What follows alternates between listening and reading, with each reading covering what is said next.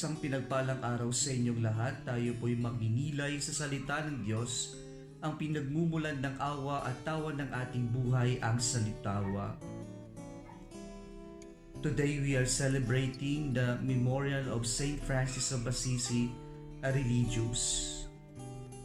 Damang-dama natin ang pagkadisbayan ng ating Panginoon sa ating Ebanghelyo ngayon, nang kanyang ipahayag ang kanyang damdamin ng pagkadismaya sa tatlong bayan, sa Chorazin, Bethsaida at Capernaum.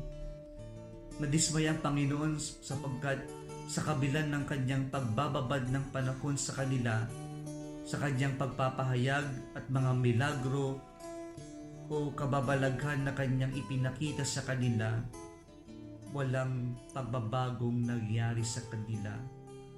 Ganun pa rin sila.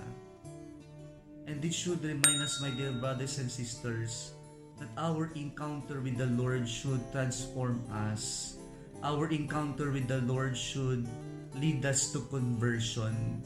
Kaya sabi ng Panginoon, if the same miracles had been performed in Tyre and Sidon, they would already be sitting in ashes and wearing the sackcloth of repentance. Kung sa ibang lugar ito, gaya ng Tyre and Sidon, sana matagal na sila nagsisi sa kanilang mga kasalanan at nagbago. Mga kapatid, totoo po, hindi madali ang magbago. Ngunit ang pagbabago ay isang desisyon na kailangan nating piliin. At kasama ng desisyon na ito ay ang paghingi natin ng grasya ng Diyos na baguhin kung ano man yung hindi maganda sa atin.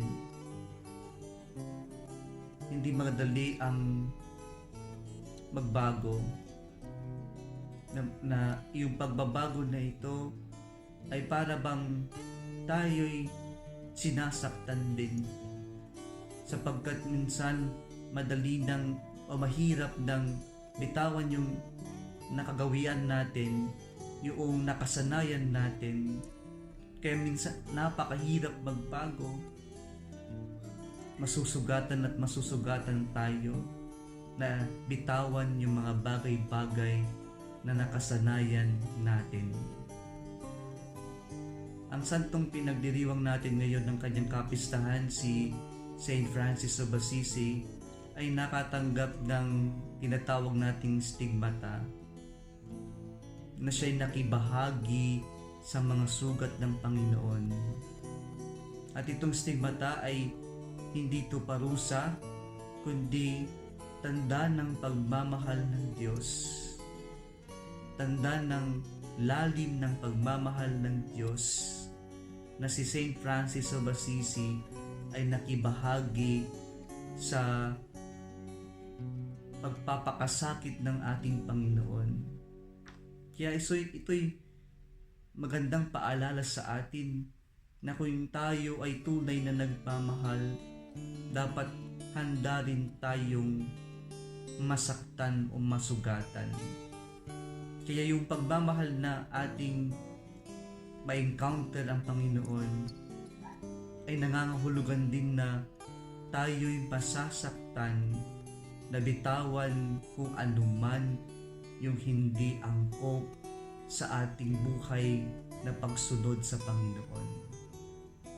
Huwag matakot masugatan, huwag matakot masaktan kung tayo'y tunay na nagmamahal. Kung nagustuhan mo ang video na ito, huwag kalimutang mag-like, i-share at mag-subscribe sa Salitawa Facebook page and YouTube channel. Muli isang pinagpalang araw sa inyong lahat.